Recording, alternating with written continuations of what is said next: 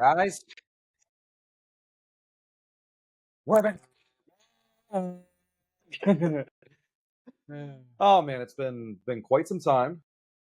I think the time was probably just a little bit needed. We needed to kind of like regroup and get some things organized. But I would say first things first. I mean, thanks to the lovely co-host over here, Mr. Degz, we got new mics. So Some upgrades. we're right? stepping towards just some better upgrades that are gonna make the audio a little bit better for everybody else, but at the same time, just quality overall. You know, so we're looking to put out some good quality content. Yeah, no, there was a hiatus. I think some of it had to do with the Sixers, That too. their debacle. I think we lost a lot of motivation. But no, yeah, we just wanted to regroup in general, get another setup here, and so we finally have some exciting things have happened in the NBA the last few weeks here, and it's heating up here. Yep. So we're gonna dive into that today and talk about it. Hell yeah. Let's go ahead and do it. So without further ado, let's get started. Oh, guys, there we go. There we All go. right, so maybe today's cracking it wasn't going to be the best sound ever, but hey, we'll do this at least. Cheers, buddy. For everybody listening on Spotify or any platform that you're listening on, trying to crack this, the can's kind of a little tilted, so I knew I was going to have a little bit of a fun experiment on opening this one, but the top didn't even open, so it's like one of those ones where the top of the can just like cracks. And it looks all off. It's like the Leaning Tower of Pisa. Yeah. As always, shout out Surfside. They have a new lineup of seltzers. Well, these are actually the lemonades. So these are actually non-carbonated. Black really cherry lemonade is what we got going on today. Yeah, really, really refreshing, especially when it's 90+ degrees outside. If I'm not drinking water, I'm telling you, if you're outside, get a cup of ice, just pour it over top. Oh, it's delicious. And they have also like the carbonated ones, and I know a lot of people aren't a fan of them because I guess it's a little too like syrupy for someone. Put that over ice as well, and that actually breaks it up. Yeah, the water's dilutes it. Yep. I didn't realize that. Yaxi dilutes it, but hey. All right, guys. So as we mentioned, we want to start off. We're actually going to have this episode today just focus solely on the NBA.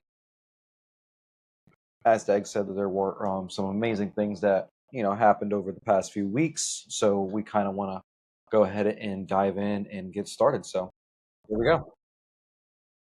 So Sixers focused. A lot of things have been moving along with the Sixers. Goodbye to Tobias Harris. I am so glad that he is gone. There was just nothing good that came out of that experiment. But a lot of good things have been changing. At first, when free agency started, I said to myself, I was like, "Oh crap, we only have 3 players like on contract, and this is going to be an interesting off season." Well, so far, what are your thoughts on? Let's start off with at least with the draft. What are your thoughts on the draft, the Sixers draft?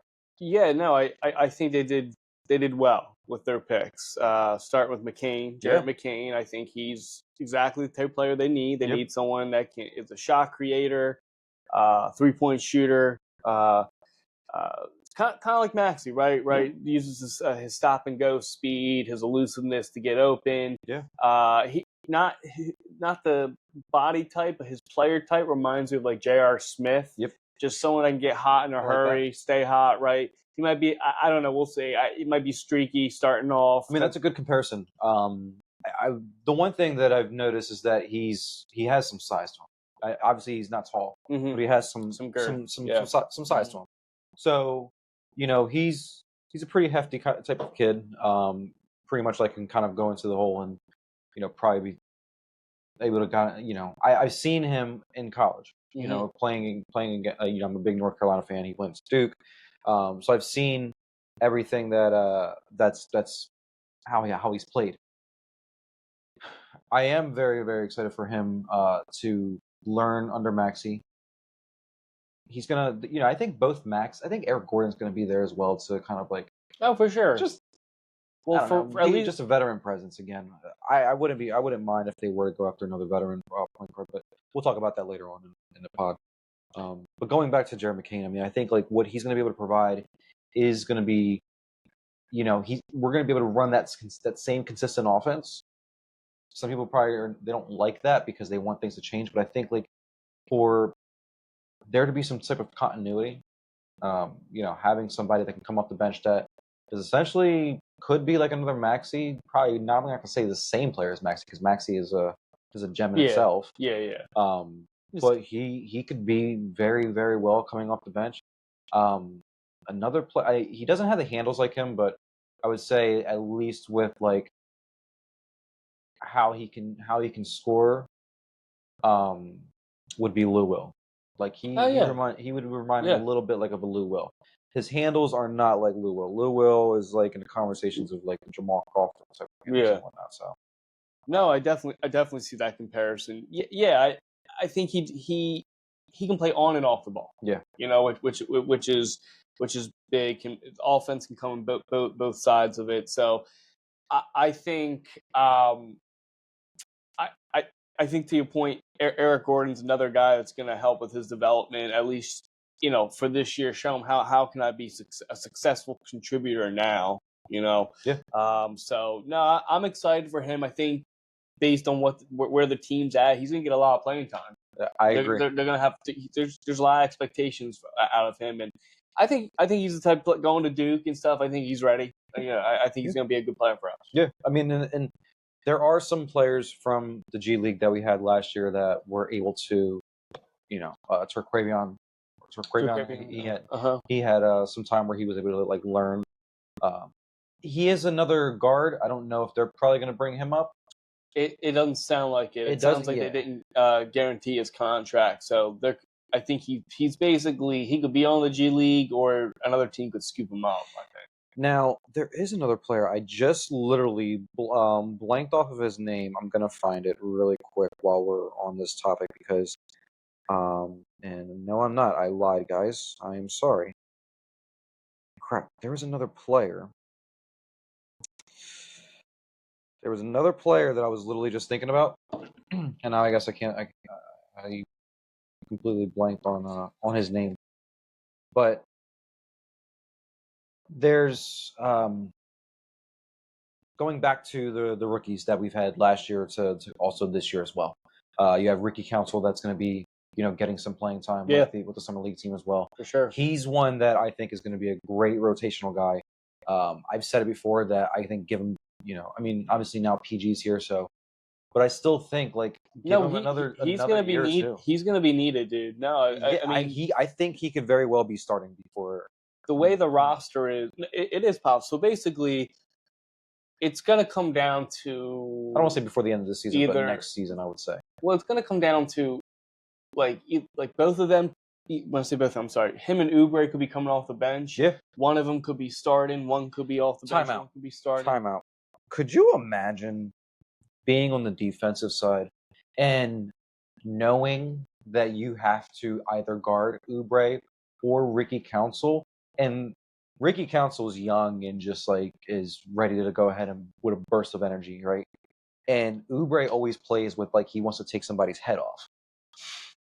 I would be like, get me the hell out of here, because these guys are like jackrabbits around here. Well, think about too though, just like that would be insane. Minus Maxey, like if you were to put the other guys in the starting lineup, that length is unbelievable. Oubre, George, Martin, and then obviously Embiid. Like, my God, that. And now you have Andre Drummond.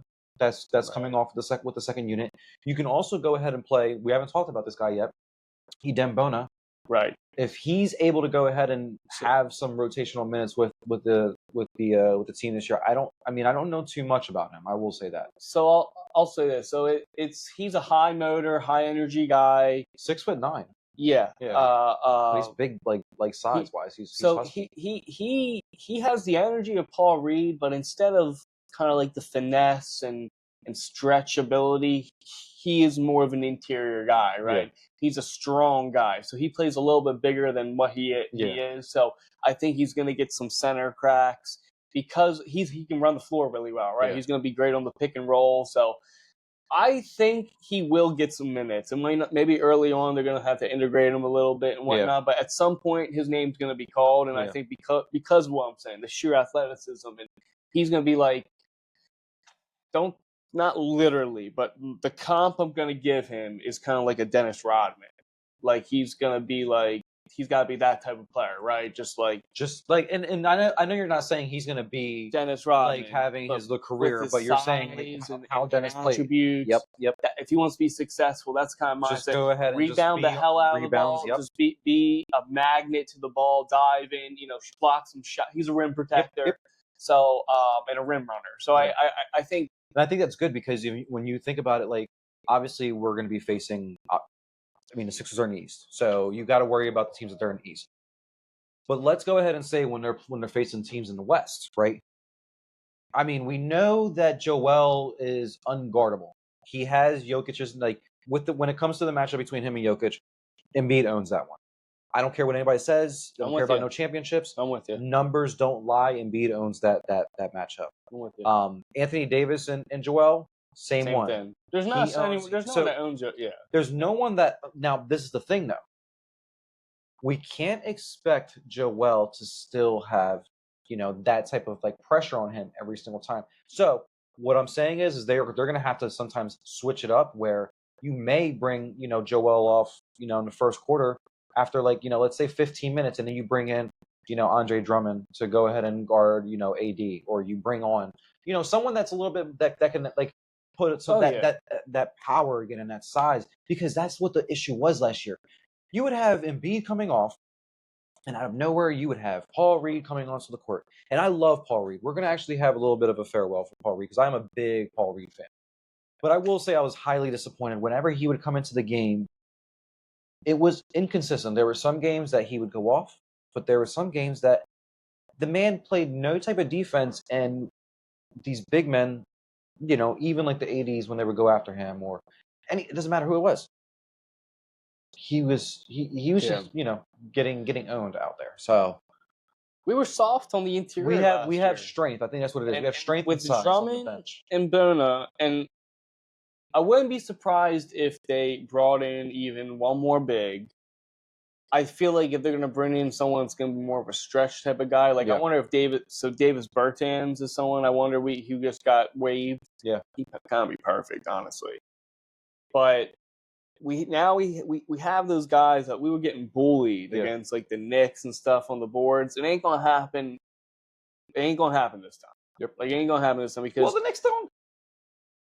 Caleb Martin's a better rebounding forward. Paul George is a good rebounding forward. So it's not just that. Now we have an army there that can go at. We just have more dogs. Yeah.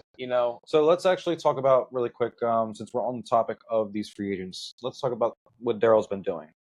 I'm gonna just say right now, my hair is a little bit of a messed up, so I'm not gonna tip my hat off right now. But figuratively.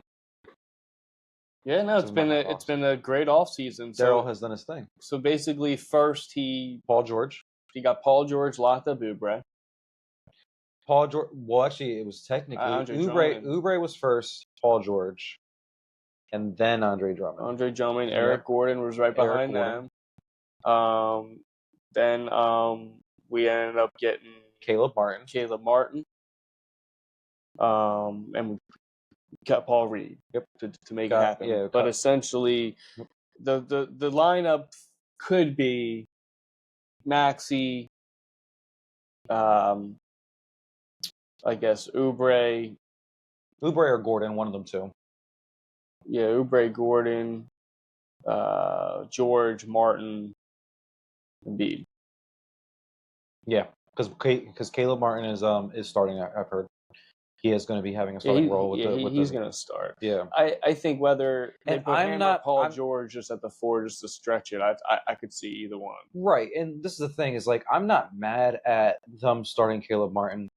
I will say this is going to be a little bit of a call out right now. So Ronnie had mentioned that he doesn't trust any player that leaves Miami to go ahead and he brought up Gabe Vincent, right? And I said to him, I was like, well, I get that he says, like, any player that leaves Miami, they don't essentially produce the same way that they did in Miami. I won't go into details of like our debate because I went ahead and I brought up stats about Max Strus, and Max Strus has like improved his stats. That's a guy. So we were going back and forth. Caleb Martin really got his name. Listen, everybody, he got his name from Charlotte.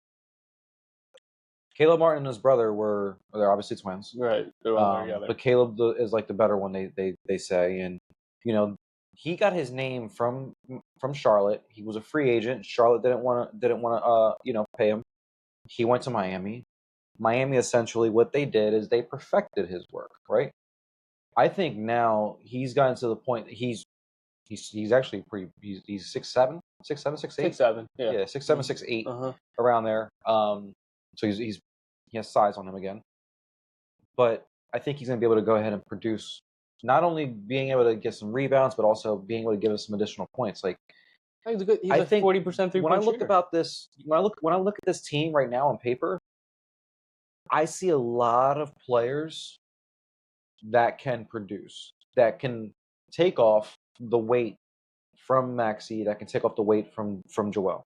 Compared to last year, I didn't really have that much confidence because you had to look at the lineup with Tobias Harris in there, and knowing that you weren't sure if Tobias Harris was going to be emotional and just be like, "Oh, I'm not going to play tonight. I'm just going to score nothing. I'm just going to sit here and twiddle my thumbs." Every single player that's been brought in, minus Drummond and Bona, are 40% 3-point shooters. Yeah, every single one of them. Right? That's one of the things we've always wanted for Embiid, because when and that's the thing about now, he's going to be down in the paint a little more here. If he's down in the paint a little more here, then there's going to be the doubles. And now it don't matter if it's swung to Martin, if it's swung to Oubre, if it's swung. Yeah. There's someone that's a capable 3-point shooter, and again, I don't think it's going to stop. There's got to be probably one or two more moves left, I'm thinking, for what I'm saying, because I don't think Bona's going to be having minutes right away. Right? Like things like that. Like, who knows if McCain, I do think they're going to ask a lot of him, but again, who knows where things like that. Yeah. So I just think they're going to bring one or two more guys in here, but overall, I'm very happy with what they've done. Paul George, I mean, I think I said this to you. Jimmy Butler was the first guy I would have loved to have with Embiid, personally. Yeah. I just think, just as a chemistry, overall fit, but if we were going to be okay with having Jimmy Butler, every damn person should be okay with having Paul George, because same age, same production in the playoffs. Yeah. And I think he cares a little more about the regular season, right? Like Jimmy Butler, like I love him, but sometimes you can tell he's disconnected. He's just waiting for April to come, yep. and So I'm excited. I think Morey's done all the right moves so far. We've locked up Maxey. We've locked up all these other guys. This is the core now. We have a core now, so very little moves are probably going to be happening. That's more going to be bench role player moves in the future. So there's going to be the continuity we've always talked about. We're going to talk about this next too, because unfortunately, I don't think, unless that they're willing to pay the luxury tax, I don't think they're going to be able to go ahead and add any additional players. So right now, going into our next topic, talking about our future, or whatever, or what additional free agents we would like for them to go after. Right now, the Sixers, they are $28 million over the cap limit. So if they were to sign anybody additional, they're going to have to pay the luxury tax. Right now, I think they're going to be paying a luxury tax, but they're nowhere near what freaking Boston's doing. Boston. Right. No wonder Boston's selling their team. Now, this is their roster, though. Okay, so as of right now, this is their 10-man roster. They're going to have to actually add 2 players. They have to add 12. Right. So they have to add. That's what I'm saying. I mean, they're going to probably either pick bring up players from G League, or I'm not sure what they're going to do. But so you have Joel, Paul George, Tyrese, Kelly Oubre, Caleb Martin, Andre Drummond, Jared McCain, Eric Gordon, Ricky Council, and Justin Edwards. Justin Edwards is actually somebody that we did not talk about. He was the player he's a rookie. He was undrafted from Kentucky. Yep, from Kentucky. He's actually, I think, in my opinion, I do not see him playing in a G League. Probably very limited. I do think that he's going to be that's you're right. That's someone I didn't keep in that could take a roster spot. So I would love it if that was one of the guys. One of those play that guys who just like he could play a 3 or 4. He knows he should have been drafted. Yeah. Like he knows. Look, like year 2. It's like it's just those random guys like on Houston. Like be like you're like who the frick's that? Yeah. And like he's like it's like Daniel. I know like that was like Daniel House. Mm-hmm.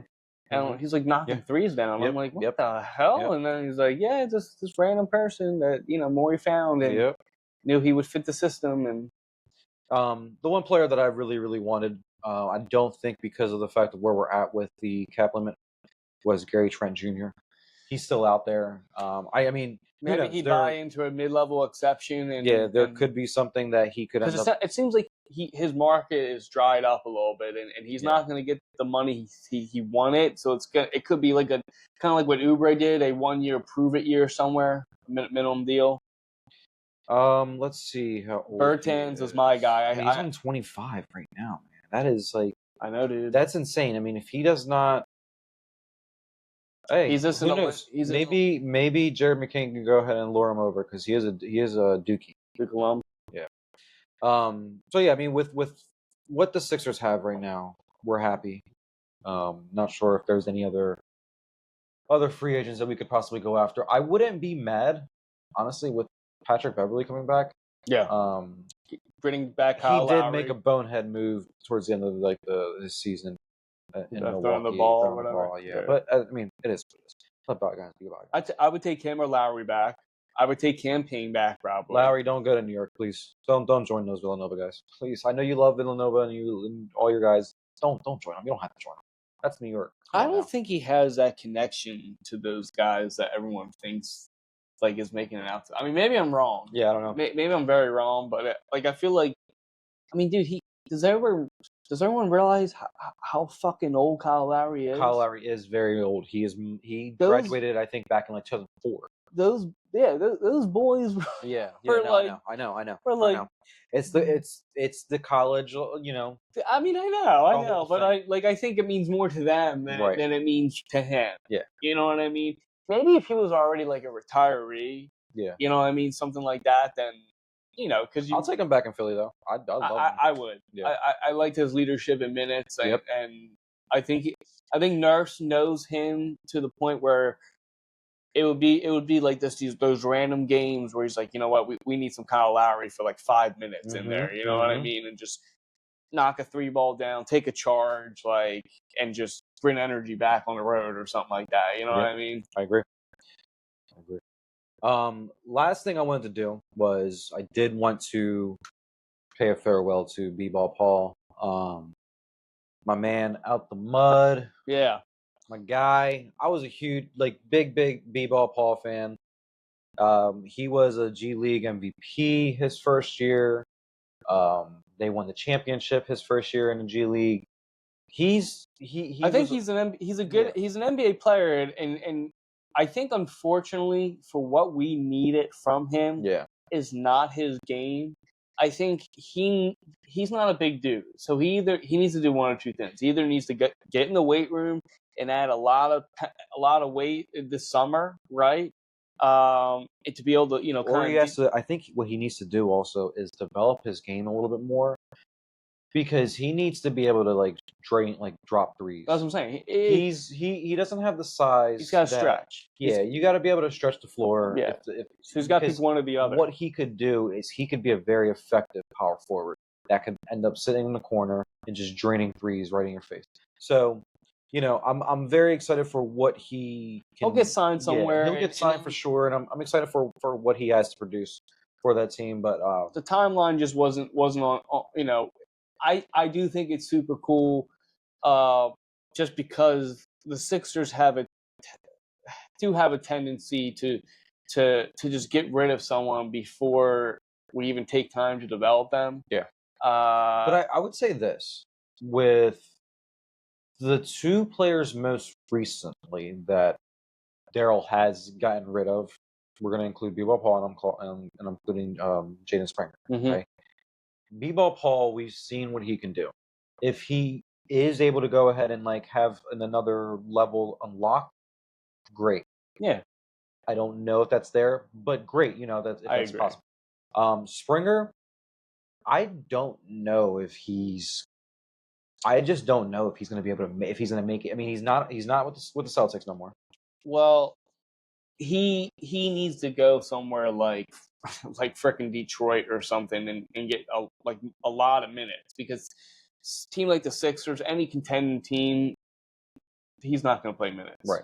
He needs to go somewhere that basically he's just focusing on showcasing himself. Yeah. I mean, he's going to have to be a 3-and-D if he wants to make it in the league, because he doesn't have the overall offensive package to make it in that regard, right? So he's 6'4", I think, right? So he's a bigger kind of guard, so he can defend both the 1 and 2. So I think he has that to his advantage. But that's pretty much what he's gonna be able to knock down a 3-ball. Yeah, consistent. Yeah. So outside of that, let's go ahead and let's talk a little bit more about the rest of the NBA. All right, so let's start off actually with the NBA draft. So NBA draft was last week. Very good NBA draft in my opinion. There's some teams that I definitely saw like I can see like I would say like the one team that shocked me was Memphis getting Edie. Yeah. Because I was like, wait a second. Y'all are about to go ahead and like I feel like Memphis is a little bit like Miami with their team. The structure of their team. You can say that what's his Jackson? He's like a Bam Adebayo. Georgia. Probably could play, I would say, like the 4, right? He's a 4. He's a 4 for sure. Yeah. Zach Edey's playing the 5. Right. Right. You have Ja, that's like a Jimmy Butler, essentially, right? Mm-hmm. Just that type of like elusive type of guard. And then obviously they have like their defensive players that are in there. You have Marcus Smart and so forth.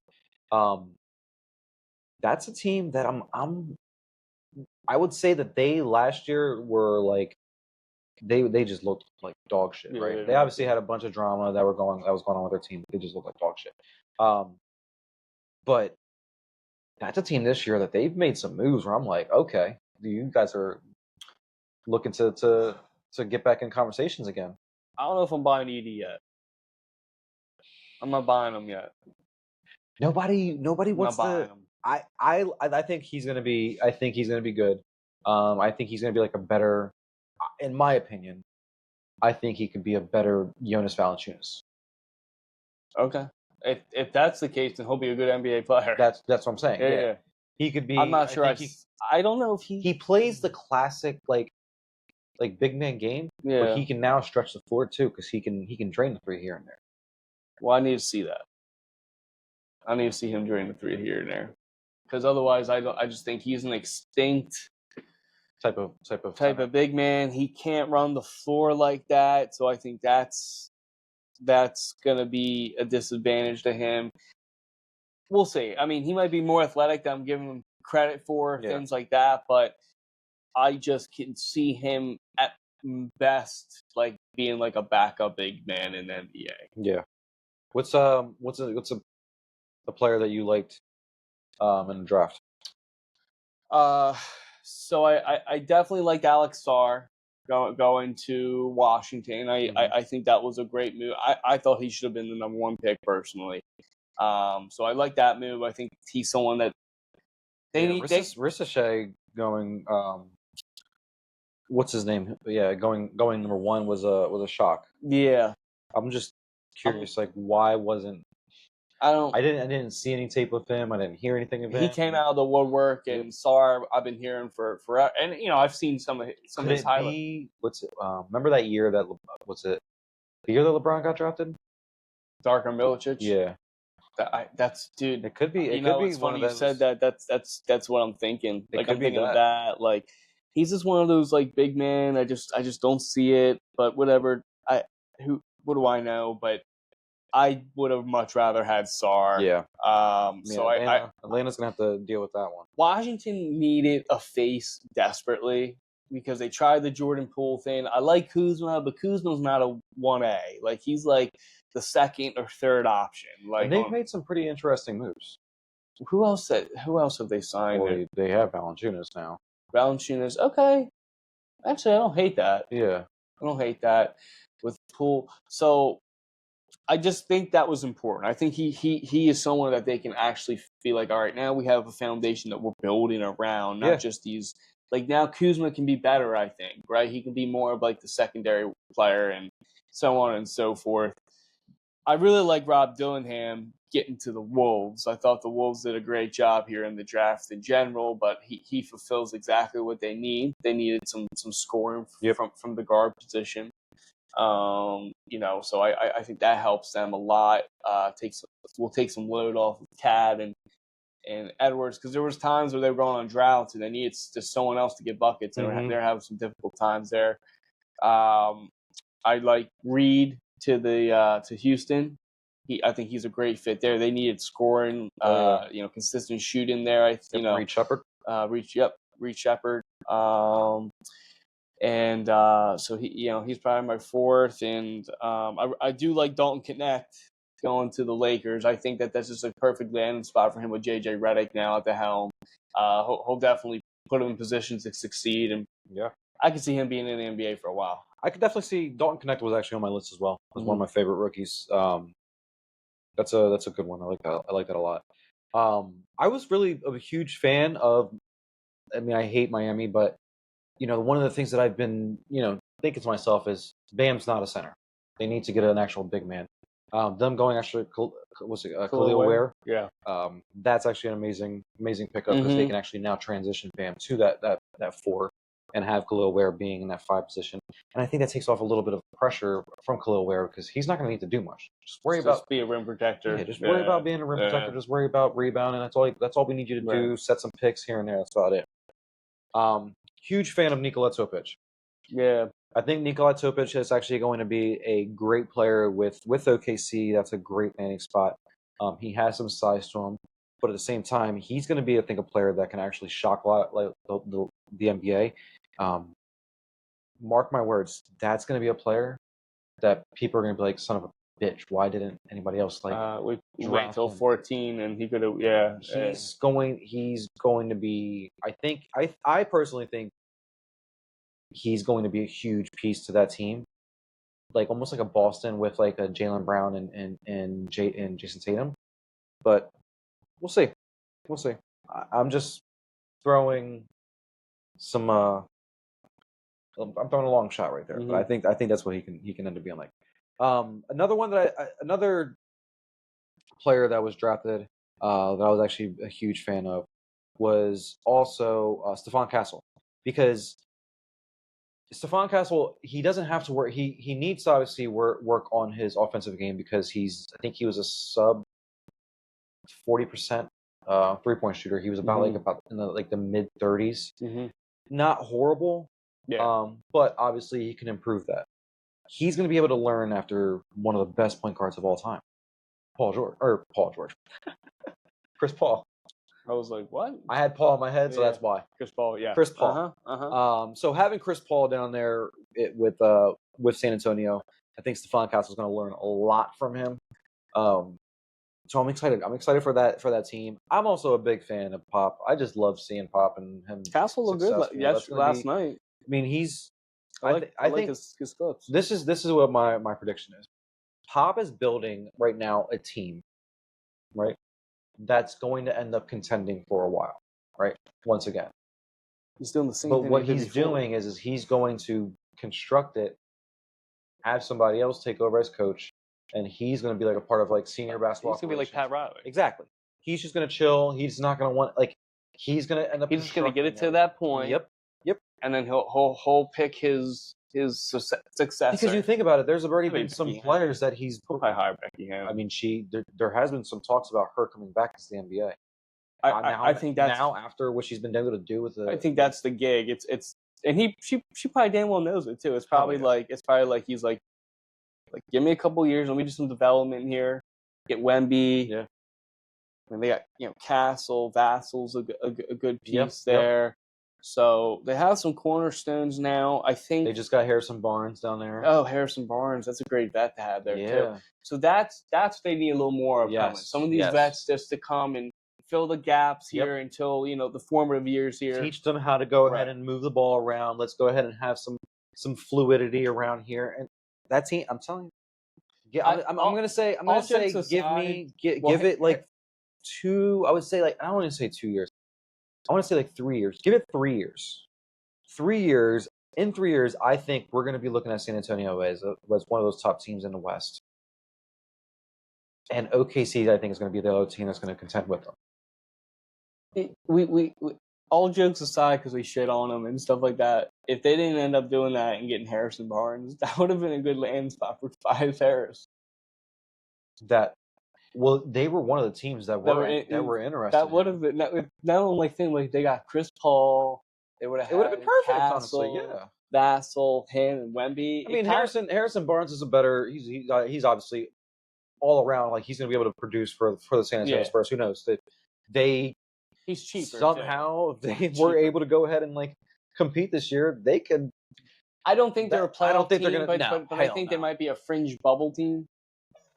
I don't even know that. I mean, it depends really. Really, it's going to come down to how Wemby's development is.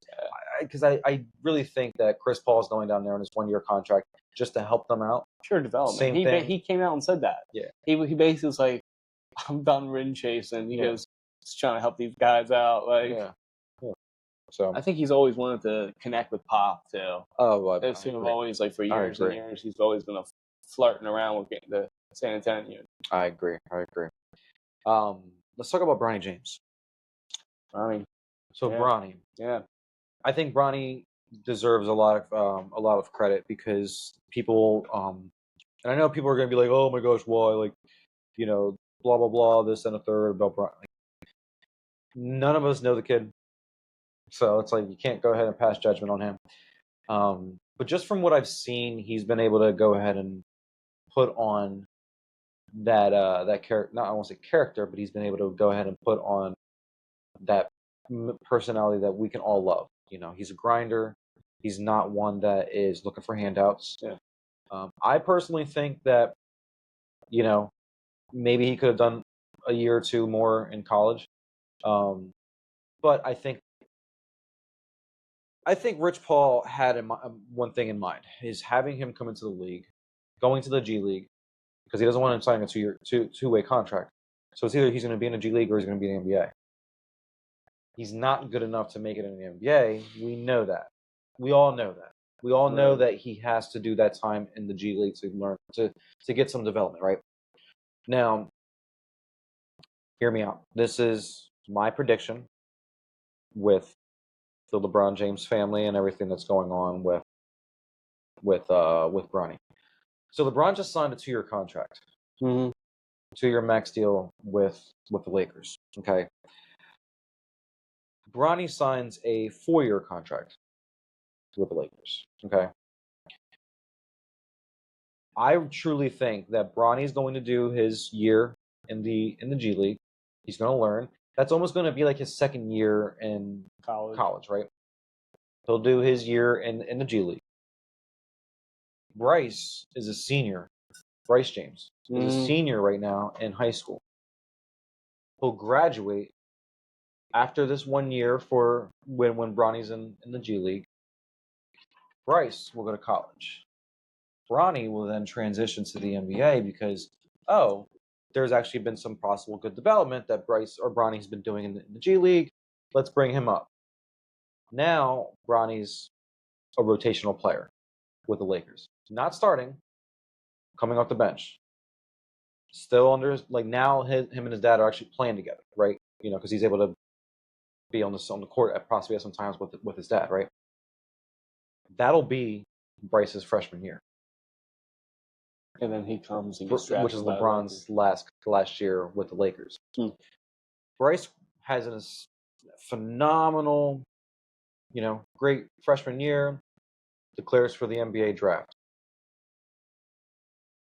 Before I go any further, I think, in my opinion, Bryce is going to be better than Bronny. I agree. Right now, Bryce, like I say, he's going to his senior year. He's 6'4". He's going to continue just to grow. So that's going to be insane. Going back to the story. LeBron will retire after this contract. Everything will be done. What will LeBron do? LeBron will transition possibly to like some sort of like front office, possibly with the Lakers. Oh, and guess what? More than likely, Bryce will be drafted. I'll be JJ's assistant coach. He could be. I've been the whole coach this whole time, but I'm going to be demoted to assistant now. Yeah, I'm actually going to be listed as a coach now. JJ can actually tell me what to do now. But I think Bryce will end up being drafted as well. And it'll be Bronny and Bryce that'll play together with the Lakers. That's my prediction. That's my whole prediction. I think that's what's going to happen after these 2 years. I would say that's probably their family goal. You probably have just spoke. What's that? Been at the James dinner table before, like what they're going, the plan and what they're going to do. I mean, honestly, if I was like in those shoes and I had a son that was like that good, that could go ahead and make it to the NBA, damn well I'm gonna go ahead and try to like finesse that shit, try to go ahead and get him to whichever team that I think that I can't hate on it like that, because like I 100% agree. If I was in that position, I'd probably be doing the same thing. Yeah. But no, I agree with a lot of what you said. I like Ronnie. I think that there's been plenty of time for something to have come out, gotten into trouble or this and that. And I think it's a testament that we've always said LeBron's been squeaky clean. Has been, as much as we can personally, he annoys me at times. I think he's gimmicky. There's things about him I don't love. Yeah. But he's a good role model in that regard. Like, he is. Yeah. He is the blueprint, right? And I think that Bronny, not acting out as a child with all that fame and this and that, and actually utilizing having all that opportunity given to him and utilizing it, right? Like you said, working hard, like not just, my dad will get me there. Like, he has worked hard. I acknowledge that. We've said, would he have been drafted if LeBron James was his dad? There's a very good chance he might have been undrafted, right? But that's not to take anything away from him. So I agree. He needs time in the G League. I do wonder if they gave him a guaranteed $7 million contract, he might be the 12th man. They might just ride his ass on as the 12th man. You know what's funny is, like, now that you said that is valid. Because they don't typically on this topic. They don't pay those guys like that typically. So I mean, again, so there's some advantages there having LeBron, but I wish him all the success in the world. He is nothing like LeBron on the court either, which I think is an advantage to him. He just has to find his niche. Are the Lakers just like they paid their rookies a lot of money? Well, because Don Connect got a 4-year, $18 million. He's a first round pick, so the first round picks always get paid like that. Okay. But the second round picks, normally they were showing a thing on the TV the last so many years. All of them got like the 2-way contracts going to the G League. So Bronny's like the first one in a long time for the Lakers that have gotten a guaranteed contract. So that's why I just think that's actually a valid. They must just be like, you know what, we're throwing you into the fire. Like we did it right. We did the thing here. So LeBron, they could still very well put him down in the G League though. I think, and I don't think that there's anything wrong with that too. But to back your point though, they haven't done any moves. They haven't made any moves like in the offseason. Right. So there hasn't been real the team. Right. So it could. Right. I think he should go to the G League for himself, purely for development. I think it'd be very important. I mean, look, like one game, but he looked fantastic the other night. He had like those 2 good plays, but he didn't shoot fantastic. I think he like had 4 points. Right. Yeah. So I just think that would go a long way for him. But when it comes to the business and it comes to money, money talks, and also LeBron it might not stand for it. So, we'll see. I wish him all the best though. Yeah. I really do. Well, to end things off, what I wanted to do was kind of like talk about a few teams that have made some notable moves. Move the needle a little bit. Yeah, and I kind of just wanted to talk about one team. As much as I dislike this team, the Knicks. I made this comment a few years ago, and actually I made it again this past year. So I think the Knicks being good is actually good for the NBA. It's been a while. I remember when I was growing up that Latrell Sprewell was with them, and Stephon Marbury was with them, and I was like, oh my gosh, this team is like a pesky team. And then it got to the point where they were just shit, and I was like, all right, we can talk trash about you. But then it became like the laughing stock of the NBA and a lot of drama with their owner, so forth, blah blah blah. I made that comment, and I made it again this year, and I'm like, at the end of the season, I was like, well, that's not what I meant when I said that it's good for them to be good for the NBA. They're just getting freaking better. So the Nova Knicks, we'll call them the Nova Knicks because obviously every single player from the Nova, right, on their either starting lineup or on the bench is going to be from Villanova. I'm surprised they're not going after, was it Diacono? Yeah, they would let. Yeah, I saw something like. Did you see the meme? Yeah. It was like, wait, what about me, guys? He's next. Like, there's always going to be another player. No, so with Mikal Bridges being added to that team, you have Jalen Brunson, you have Mikal Bridges, you have OG Anunoby now that just re-signed with them. I understand that they have Mitchell Robinson as their big man, and they lost Isaiah Hartenstein, but I would say, like, with Julius Randle still being there, Josh Hart. Josh Hart is coming off the bench. So right now, what is it? It's going to be Brunson, DiVincenzo, OG Anunoby, Mikal, Mitchell. Mikal. No, I don't think it. Dante's not going to start. You don't think Dante's going to start? No. It's going to be Brunson, Bridges, OG, Randle, Mitchell. That's right. I keep on forgetting about Randle. Unless they trade him. I don't think they're going to trade him, though. I don't think so either. I don't think they're going to trade him. I don't think there's a reason to. And I don't know if there's much of a market for him right now, because he almost fits into like the Miles Bridges market right now. Well, they're good enough where they know that even if he struggled with that group, they can get through until the deadline and move. Yeah, or a few months in and then move. Like there'll be a team because he's a good player. He is. I mean, I was saying to my friends that I would take him. Here's my thing with the Knicks. Here's my thing, and a lot of people would just say you're just bitter because they bounce you out of the playoffs, this and that. Fair. If you want to say that, whatever. I'm okay with it. But a few years ago, they had a great run with their team, and it's when Julius Randle was playing out of his mind. Yeah. He was playing very good. They paid him. Then the next year, they didn't play so good. Yeah. They weren't so great. Yeah. Is it possible that this could happen with Jalen Brunson? I think he's a very good player. Is he going to play like a top 5 player again? Do you, in your mind, do you think he can consistently do what he did? That's my question. And I guess the answer is probably like, well, sure, probably, yeah. But I want to see it.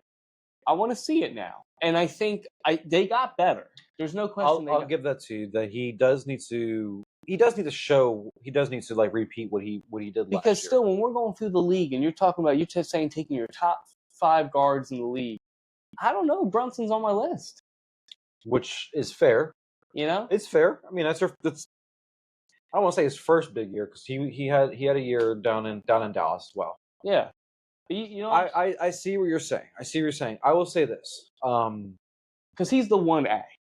He's supposed to be I the do 1A. think that he is legit. I do think that he is. And he probably the way that he plays, he's figured he's one pesky hell of a player. Yeah. You made a comment the other day, which I do very much agree with, where they could fall into being like the Atlanta Hawks when they had like Jeff Teague, Josh Smith, and who was the other guy that they had down there? Matt Horford, Joe Johnson, Al Horford. Yeah, like that team was very, very good. But what did they do? You know, this could be very much like the same type of team where they could fall into that same scenario. I will say that there are some question marks when it comes to how consistent is Mikal Bridges. Mikal is good, but how consistent is he? And is he going to be able to go ahead and like take his game now to the next level? Mm-hmm. Because you're going to be recognized as one of those guys that we need to go ahead and give the ball to when we're, let's say we're going to LA and we got to face LeBron and AD, and then like, or if we're going to Boston and we got to go ahead and face Jason Tatum and all of them, like we need you to go ahead and. Who's the number 2 option of that team? I would say Mikal. Is it Mikal? I would say Mikal. Julius? I don't know if Julius Randle is a number 2 option right now. I would say he's like a number 3 option. Damn, his contract, his contract's turning into Tobias Harris. He could be a number 3 or 3B because now you have OG. OG's, I think. Well, that's why I'm asking that question. Because OG, he has his moments. I don't think he's a certified number 2. He's going to be more of that defensive warrior for them. For sure. But I don't think that OG is going to be that for sure. Like, I don't think he's going to be number 2 for scoring. Like, I think that they're going to be needing like somebody else like a Mikal that can go ahead and that's he's just able to. Yeah. He's lengthy. He's able to go ahead and move the ball around. Like and then so here's my, and again, I'm a bitter Sixers fan. So go ahead, hit me with it, Nick Nasser and all the Knicks fans. But the people are gonna come. Well, he was like the best scorer and stuff on the Nets. Like the Nets were not a playoff team. No, I'm not. Yeah, I mean the Nets weren't good. So now you come here. Can you replicate that as a number 2 now in the Knicks? So and then the other argument. Okay, they play together at Nova. They won a championship. Acknowledge all that, but this is the freaking NBA now. I would say the only thing that helps them when it comes to the whole Nova thing is that they all know how to play with each other. They know great chemistry. They know communication, how to like work with each other. So I would say to leave it all on the table, like that is probably the only thing that chemistry that works off. There's only one way that there could be an issue with the locker room at all, and we know damn well who it is, and it's Julius Randle. As long as Julius Randle either at least keeps his mouth shut, or just as like acknowledges that the great situation that he's no longer. Right. Yeah, he's no longer like that guy. You gotta be a little bit selfless now. Yeah. But dude, they are stacked. Like I'm not gonna like they are. So them and the Celtics are the biggest. They continue to be. They'll be the biggest competitors to the Sixers next year. Julius Randle's 29, which is crazy. I mean, he will be. I know, dude. He'll be 30 this year, but that's insane. They will be. Boston has gotten really good because of the fact that they've literally secured their whole entire. They've locked up everyone. Yeah, they have everyone coming back. I'm just curious, like, what's going to happen in 2 years from now? Because when all that money actually starts hitting their books, Drew Holiday ages a little bit. They're going to need to. I mean, that team's going to definitely. Losing a lot of players at some point. So, they're playing for now. Yeah.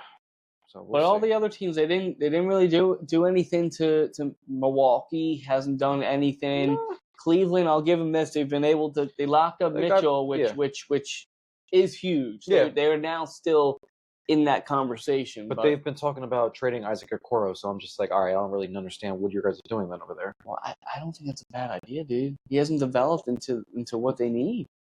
Who else are they going to get, though? I mean, they need offense. But that's what I'm saying. If you're going to try to trade somebody, I need, like, make it make sense on what player they should trade to the Knicks Isaac Okoro and Jared Allen for Julius Randle. No, I don't want to have to deal with that with the fucking Knicks. I'm just saying that's Jared what Allen they should do. Oh man. No, this is in the East. There's no one, in my opinion, that has done anything like that to move that needle for themselves. Indiana's been quiet. Orlando, I guess, got KCP, but that's a good vet move. Yeah.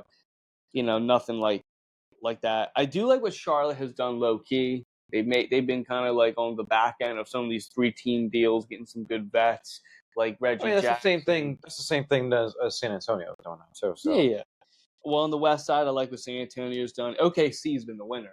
OKC's been the ultimate winner in the offseason. Caruso, and Hartenstein, and then the top and they still have 16 first round. They locked up Isaiah Joe and what's that other Wiggins? Yeah. So how do y'all still have 16 first round picks? Like somebody needs to be like, yo, if we're trading somebody, we need one of those first round picks. Dallas getting Clay. So Dallas getting Clay was big. They've upgraded. Yeah. I like Murray going to the Pelicans. I actually think that's a solid move. Denver, they just signed. Who did they just sign? Dario. That's right. So do I want it? Dario Saric going to Denver. I was actually, and I was mentioning this to Ronnie yesterday. Shout out to you, Ronnie. Dario Saric going to Denver actually helps him out a lot because they just filled that hole that KCP had, right? With someone who's taller, bigger than KCP, has great defense, but can also, when he was under Brett Brown, remember he was averaging like 12 to 15 points. He has a lot in the tank scoring wise. Mike Malone, Mike Malone? Yeah, Mike Malone is going to be able to, I think, unlock something with Dario. I think he's going to be a great bench piece coming for them, or even possibly with that starting lineup. Who knows? Well, I wanted him, and so did I. Again, back in Philly, and he actually had a solid year with Golden State last year off the bench. He averaged like 8 points a game, which was pretty good, honestly. So no, I think it's a great landing spot for him.